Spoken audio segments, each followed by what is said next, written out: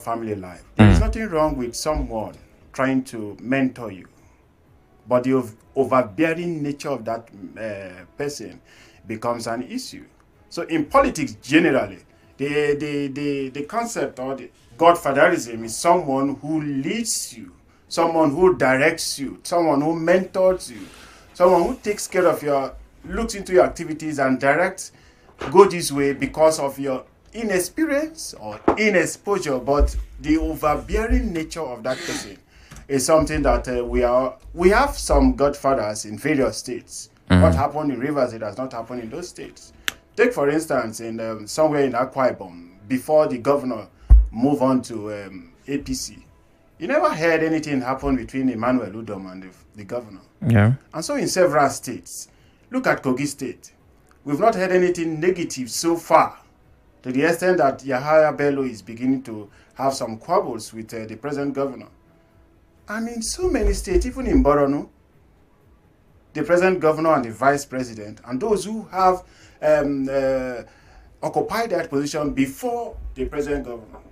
So it is to what extent the godfatherism, in quotes, will begin to manifest itself in the daily runnings of the present administration. That is the query, not the concept godfatherism itself. Okay, I beg to differ and completely disagree with your position, because mentorship is very different from the concept of godfatherism.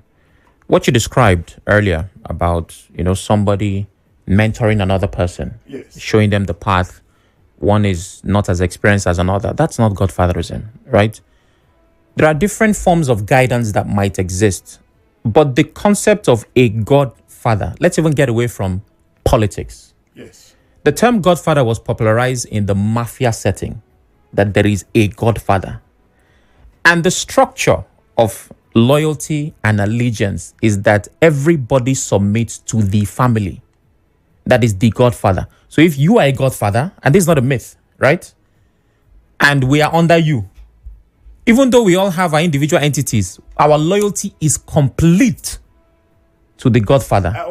So the system and structure of operation in a godfatherism is not democratic. That system is, you cannot align it with democracy. So if you bring godfatherism into politics, right, it goes against everything. So that's not godfatherism. So you think it can be mentorship, yes, it can be anything. But the term godfather cannot and should not work in a democracy. Yes, so you think, and why it is democratical for you to disagree with me, it is also, I'll also disagree with you that the concept by all means evolves from what you call the mafia, whatever. Let's take ourselves to the religious circle. In the Catholic doctrine, before any child or anyone for that matter is baptized, there is always someone, even in the Anglican setting, they call about the godfather. What is the role of that person? Is to see that the person grows up in the way the Bible or the church intends for that person, is to look into the activities of the person, call the person when it's going wrong. Yeah. That is the nature. But the problem is that we have abused that concept. It's like an auxiliary father. We have abused that concept. Where I'll marry a wife for you as your godfather, I will determine when you sleep in that same room with the person. That is the overbearing nature of what we call godfatherism today. Okay. But the general context, whether in the mafian setting, that I wouldn't know. The general concept is that this is someone who mentors. This is someone who oversees your activities. Okay. Are you in line with the modern reality? Are you deviating? If you are deviating, the person calls you back to order. Okay. Now, what I was going to share before we started arguing the English language was against the will of some people, right? Because I'm sure it's not everyone. Governor Fubara answers to Nyesom Wike. That is, according to the Godfather setting. Now that he is now going to Abuja, that before it was only Wike that was going to, does this mean politically that he now also answers to Bola Ahmed Tinubu? I am one of those who believe that the essence of the declaration of a state of emergency is to have complete allegiance of Mr. Governor to the president. I'm one of those who believed. Complete allegiance. Complete yes, allegiance to Okay. Mr. President. All right. Now, Mr. President ordinarily relied on the godfather, Mr. Wike, FCT minister, to direct the affairs of the state. Now, if Mr. President has seen that he has the powers to directly affect the activities of the state, Okay. that was the essence of the state of emergency. All right. Now, there is a direct relationship now between Mr. Governor and Mr. President. It used to be that if Mr. Governor is to see Mr. President, we Wike was the middleman. We get clearance from the godfather. But now with the emergence of this state of emergency, there is this direct link. Ordinarily, the visit of Mr. Governor yesterday would have seen the pictures of Mr. FCT minister leading the governor to see Mr. President. Even being the one making statement to the press. Exactly. Yeah, that would have been But that is not the situation now. There is a direct interface between the governor and Mr. President. Okay. And what is the essence of all these relationship is 2027. So I'm glad that you have told this path. Just like Dangote is trying to get rid of the middleman, do you think that the president is also trying to get rid of the middleman in this case? I do not think generally that Mr. President is trying to rid the middleman. The essence is that, yes, for direct relationship between the state, the first person, the first citizen of the state is important. Okay. Now, there are other roles, Mr. FCT minister, in the mind and in the thinking of Mr. President, who play directly. There are those in the state who pay direct allegiance to Mr. Governor. True. And there are those who pay direct allegiance to Mr. FCT minister. Very true. So if you marry them together, it means that in their own thinking, that they have captured the state politically. Yeah. Politically. But they have forgotten that Rivers people are persons generally, about 70 to 80% are independent of their political reasonings. We may have a bias for a particular person, but that may not generally say it will influence our voting pattern. If everything, ceteris paribus, if all things were to go equal the same way, I do not think my allegiance to Mr. Fubara or my allegiance to Mr. Wike will persuade me to voting for Mr. Tinubu if I am not convinced about the policies, the activities of Mr. Tinubu. Yeah, but politically thinking is a capture of the state, either way, both from the Wike axis and that of the governor's axis. All right, so I'll leave you with this thought because we have to take a break. I believe that you believe that high-profile politicians have a certain level of influence. To a relative extent. That is why there are expectations that during elections, they can deliver their polling units. To a relative extent. Not because they are forcing anybody to vote, but their influence moves voting along certain lines. Ideally, that should be the reasoning. So if that's the reasoning, that influence can make a person who is undecided to vote for Mr. It is different. It is different, Oracle. It is different from, I always use the Niger Delta for instance. It may be applicable in the north, maybe applicable maybe in the east. Yeah, but it worked in 2023, where the FCT minister literally made people vote for the president. Not. I agree that the elections was announced by INEC as being won by the APC. But the field work is different from what was announced. So let's take this break. After the break, we talk. Stay with us.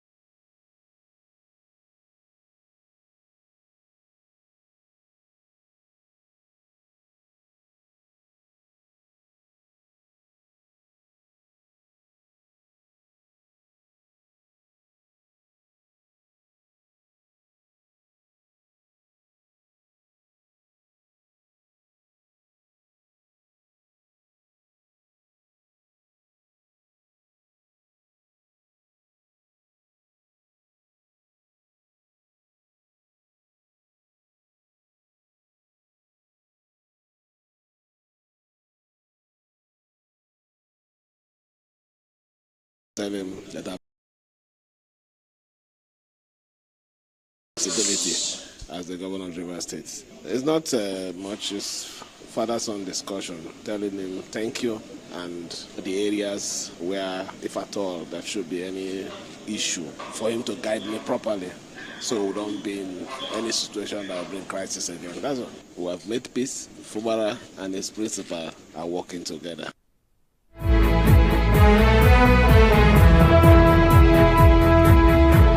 Welcome back. The words and voice of the governor of River State, Sir Fubara, speaking about his visit to the president, Bola Ahmed Tinubu. And he says that he went to receive guidance to further prevent crisis in the state. My guest is still right here with me. He's Living Jamala Esquire, a policy, constitutional, and political analyst. You're welcome once again, sir. Thank you, Oracle. All right. So we've been having conversations before the break as to the necessity of the visit, the direct access to the president, the possible elimination of the middleman. Now, you were saying something. I can't remember if you still have preserved your train of thoughts before the break. Do you remember the point you were making? Yes. Okay. Would you like to continue before I ask my next question? No, what I was saying is simply, I think you asked me about the middleman. Yes, if yes, there were plans to remove the middleman. Yes, I said no. Literally, no, because the governor has some persons who pays allegiance to him. Yeah. Same with Mr.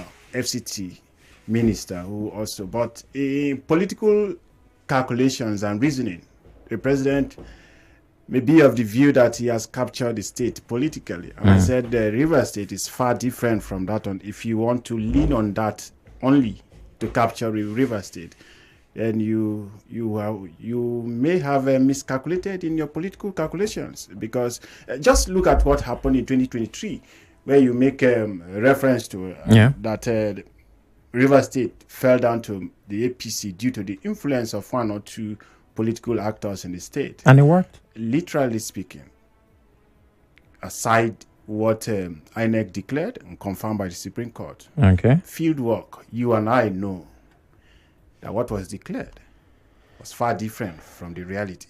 Pastor Jamala, while I don't like that I have to use this quote at this point, the end justifies the means. The end justified the means in a state of illegality. Yeah, but we are calling for constitutional reforms. How were these results changed? At the various local government RAC centers, at the various local government collation centers. Now, if we are calling for electoral reforms to the extent that we are canvassing for electronic voting and on-time transmission of results, then bigwigs, political bigwigs in quote, may not be relevant in the circumstances unless those persons are doing very, very well. I agree completely. But you see, what has been explored, if we are to go by the narrative that the elections were not credible, is a loophole. And that's exactly all that is required for things to work in favor of those who are willing to beat the system. Regardless of, the reforms which we are expecting and trying to do as much as we can, the fact remains that as of today, the 23rd of September 2025, the president of this country, regardless of anybody's thoughts on how he emerged president, right, is President Bola Ahmed Tinubu. And let's even forget about the thoughts and opinions of Nigerians. If you look at the international community, there's no president around the world that will say Atiku is the president or Peter Obi is the president. Legally speaking, President Tinubu is. Exactly. Till 2027, May 29th. Exactly. At this time, while we're here speaking English, at the United Nations General Assembly, the Vice President, Shetima, is being represented. Exactly. So it's not Dati Baba Ahmed or Okowa, who were the running mates of Atiku and Peter Obi, that are there. So while you can argue the credibility of the elections, which of course we cover the elections, so we know that there were some things that were not right. You can't argue, you can't deny that, right? The point is, the current president is Bola Ahmed Tinubu. So that means that there is a model that they used in 2023, legality or illegality, that worked and that crowned a person president. And it can be replicated if it worked in 2023. I am not mindful of the fact that it can't be replicated. The only model that worked for INEC to bring in this present administration is the glitches, unexplained glitches that happened in 2023. Now, lessons has been learned. Okay. We are asking of moving forward. How do we move forward? For whatever glitches that happened in 2023, can the law take care of that? What stopped? The only problem we had in 2023, the law was not explicit. That we just believe on the promises of INEC chairman, that we're going to transmit this thing on time. And if we fail to transmit it on time, there was never a consequences placed by the law. And so if we are sincere in our direction to make positive change, respect to the citizens electing persons that whatever leader or whoever that emerged from that process is a product of the people, then those lacunas will be corrected. I agree. INEC chairman cannot come tomorrow and tell us we have glitches and therefore we are resorting. If you look at the case of Dakuku Peter Side and Nyesamuke in 2015, where manual, what they call it, incident forms were used as against the voters, whatever reader. Dakuku relied on the fact that INEC introduced the reader. The card reader. The card reader. Yeah. But we can leverage on the voters, the manual incidents formed. And when he got to the Supreme Court, he said the card reader was unknown to law. And therefore, they relied on what the law accepted. Yeah. Now, if we can look at these lacunas that happened during 2023 election, and we are sincere enough to make the law to reflect the modern realities, and that failure to do so will amount to a cancellation of the entire process, then we will not be looking at big weeks. Because I will go home, sit down, satisfied that if I vote today, my vote will count. But it is not 100% guarantee. Why so? Even in the US, Trump came out to say that the election that he failed was manipulated. And so I am also of the view that those who initiate a system always have a way of manipulating the system. Yeah, but it's also there is this confidence that the people will have. At least there is 70-80% guarantee that what we are doing will be reckoned with. Okay. So we have to take calls now, but I must squeeze in these two perspectives, which also means you have to respond quickly. Regardless of the process that gets a person in power, right, which is the electoral system, you realize that as of today, and very likely tomorrow, it is a president that still appoints the INEC chairman. Yes. If that system is in place, even if we elect Jesus Christ as the president, the fact that the president appoints the INEC chairman will always create problems. Why I see that as a minor problem, I always see I'm of the belief that if Mr. President appoints me today and I'm unable to be manipulated by Mr. President, then the system could be right. What we have is weak institutions manned by weak persons. In Abia State, the elections that produced the present governor. Uchi. Yes, it took the resistance of the officer INEC employed to be manipulated. And so she blew up on the society. Again, it was a person that made that system somehow transparent. So you can appoint me today, asking me to do your bidding. In 2015, who appointed Jega? Good luck. Good luck, Jonathan appointed Jega. What happened? Yes, the person of Good Luck Jonathan also played. Wait, was it Good Luck that appointed him? It was during Good Luck's administration.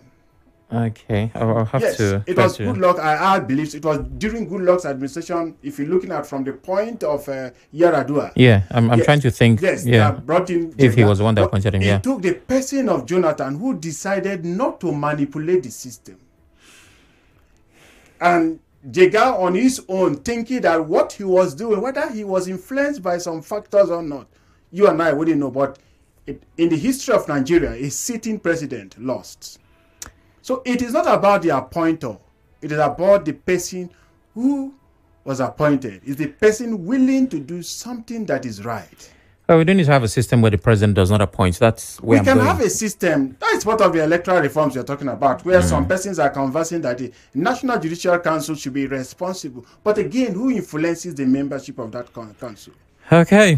Well, let's take those calls now, because time is not a luxury we can afford.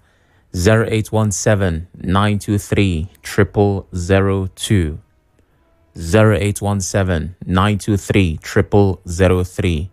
WhatsApp is 080-903-06-416. We're live on Facebook, Twitter, YouTube at Nigeria Info PH. You can watch, listen, and engage. The question for this conversation, along with many things that my guest and I have discussed, is: does Fubara's courtesy call show strength in leadership or a lack of autonomy? That is the question. So go straight to the point. I'm certain that in 1 minute, you can give your answers. My first call is from Muriel, I believe, who's calling from Okrika. Hello, Muriel. Good evening. Thank you. Good evening. Go ahead. You, Sam. Good evening. Well, for me, all that is playing out is just a show of Godfatherism coming back, what we've been fighting for. For me, I would have loved if the governor bowed down. He would have written his name in gold as a defender of democracy. Yeah, I'm still a supporter. Yeah, because naturally, it's his person I just love, and that's what I support. But this one, I don't know, Sam. And it just got to that and coming back, from just moving upward from the governor, the former governor, now to the presidency. I've said it before that Tinubu does not even care about the peace and prosperity of River State. He just saw an opportunity to be a godfather both in Lagos and in River State, and he grabbed it with two hands. River State, we don't know. The president is not ready to lose his grip on us so soon.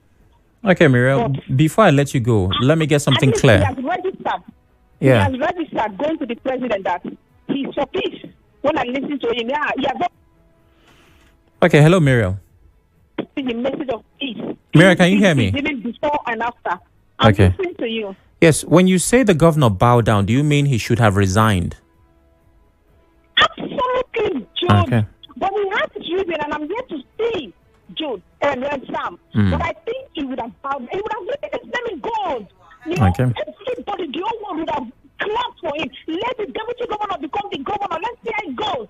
But maybe he has other plans, and I'm waiting to see them unveil. All right, thank you very much, Muriel. I have to move on now. Joseph calls from Eleme. Good evening, Joseph. Yes, good evening, Mr. Oracle. Good evening. I, as every Rivers resident, is worried that the power of the governor has been, regard to the office of the governor has been sought. The governor no longer has option on his own, that he now goes to seek directive or opinion of the president to rule his own state, whereas he's been constitutionally empowered as a governor. But he that has been made, the governor have no option. You have been in the state on the first day when state of emergency was lifted. We saw what the state assembly did, and the governor, in his wisdom, decided that he doesn't want to tread on the path where brought the state into the state of emergency. He now decided to seek the opinion of the governor, the president. Maybe by that, the president will call the assembly to order and order them to work as a team. Okay. That is, to me, what I see to that visit. All right, thank you very much, Joseph. And Wala from Oyibo. Good evening, Wala. Yeah, good evening once again, man, the Oracle. Good evening. Let us just avoid rigmaroling around the truth. I so much love your guest. Your guest is a psychologist. He is reading what is happening. Let us begin with, as far as Tinubu is concerned, Mr. President is concerned, you're supposed to know psychologically that Mr. President is the one that valued the concept of to the God's Father. You're supposed to know that. Every Nigerian knows that Mr. President is the one that values the concept of loyalty. You understand? By that, do you think that River State now is? Do you think that now our government? Oh my. Someone will be controlled. Our government will be controlled by power that is invisible, that we do not see. You understand? But the fact is that we are waiting for 2027. All right, we are waiting for 2027. Thank you very much. All right, thank you very much, Wala. I'll take messages now on Facebook where we are live. Cyprian Okebugu says, Oracle, when a snake bites, you will flash torchlight on a rope at night. Cyprian says, and Kingsley Okebu simply says, good thing to Rivers people. Okay. Let's see what's happening on WhatsApp. Oh, I still have messages on Facebook. Leah Bolia says, guide what? Has he guided himself? I hope he did not negotiate giving River State votes to Tinubu. And Makachika Dikenuba says, Wike must bring same brain where he kept it. My goodness. Okay, let's take a few messages from WhatsApp as we wrap up conversations. Good afternoon to you, Oracle. I want to tell your guest the manner he's taking things now, the way he's going about the return of the suspended governor, can trigger and dent the peace that has come. Please, I beg him to bury the hatchet.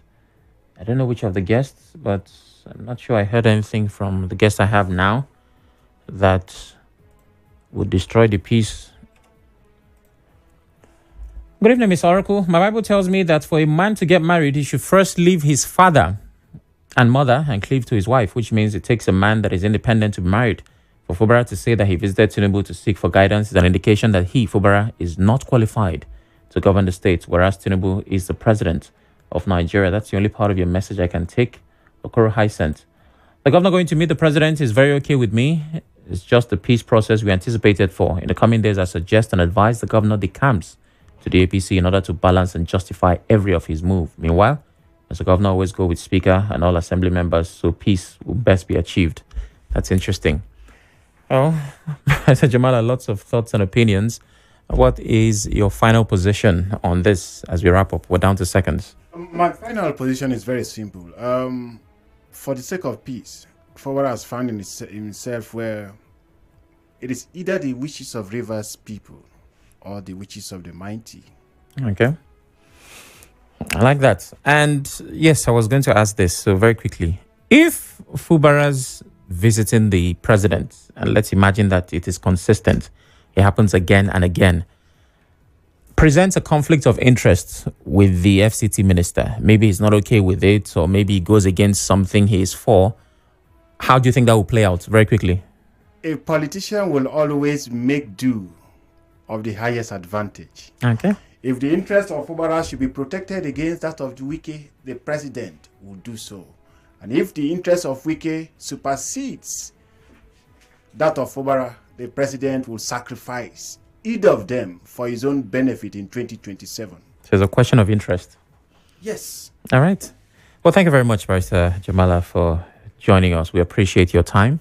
Thank you, Oracle, for inviting me. Always a pleasure. I'm certain there'll be other opportunities for us to engage live on air. All right, coming up at the top of the hour is the news update. After that, we talk diplomacy. The U.S. mission has said that corrupt Nigerian politicians will no longer be granted visas into their country. Stay with us.